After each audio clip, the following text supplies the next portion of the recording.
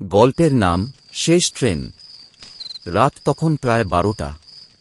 কলকাতা শহরের একটি পুরনো লোকাল ট্রেন স্টেশন, চন্দ্রপুর। বহু বছর ধরে এই স্টেশন পরিত্যক্ত, কিন্তু আজ সেই স্টেশনেই এক অদ্ভুত ঘটনা ঘটতে চলেছে। রাহুল নামের এক যুবক রাতে বন্ধুদের বাড়ি থেকে ফিরছিল। হঠাৎ ঝড়বৃষ্টি শুরু হয়ে যায়। রাহুল আশ্রয় নিতে চন্দ্রপুর স্টেশনে ঢুকে পড়ে। সে জানত না এই স্টেশন 15 বছর আগে বন্ধ হয়ে গেছে এক ভয়ঙ্কর দুর্ঘটনার পর। রাহুল প্ল্যাটফর্মে বসে গা শুকাতে ব্যস্ত, তখনই হঠাৎ শুনতে পেল একটা ট্রেনের হুইসেল। ফু! সে অবাক হয়ে তাকাল। সত্যিই তো, ধোঁয়ায় ভরা একটা কালো ট্রেন ধীরে ধীরে প্ল্যাটফর্মে ঢুকছে। ট্রেন থামল। দরজা খুলে গেল।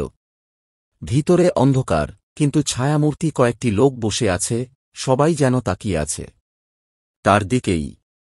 একটি সাদা শাড়ি পরা মহিলা ট্রেন থেকে নেমে রাহুলের দিকে এগিয়ে এল। তার মুখ ঢাকা, ভেজা চুলে ঢাকা মুখ। মহিলাটি কাঁপা কণ্ঠে বলল, তুমি কি শেষ যাত্রী? রাহুল ভয়ে জিজ্ঞেস করল, কে আপনি? মহিলা মুখটা তুলে ধরল, এক চোখহীন, পোড়া মুখ। চারদিক ঘিরে ধোঁয়া জমে উঠল। ট্রেনের জানালা থেকে এখন সব যাত্রী তাকিয়ে আছে, কিন্তু কেউ মানুষ না। সবাই মৃত যাত্রী, যারা সেই দুর্ঘটনায় মারা গিয়েছিল। রাহুল চিৎকার করে দৌড়াতে শুরু করল। পিছন থেকে আবার সেই ভয়ঙ্কর আওয়াজ। শেষ ট্রেনের যাত্রী কখনো ফেরে না। পরদিন সকালে পুলিশ রেললাইনের পাশে একটি মৃতদেহ পায়, রাহুলের।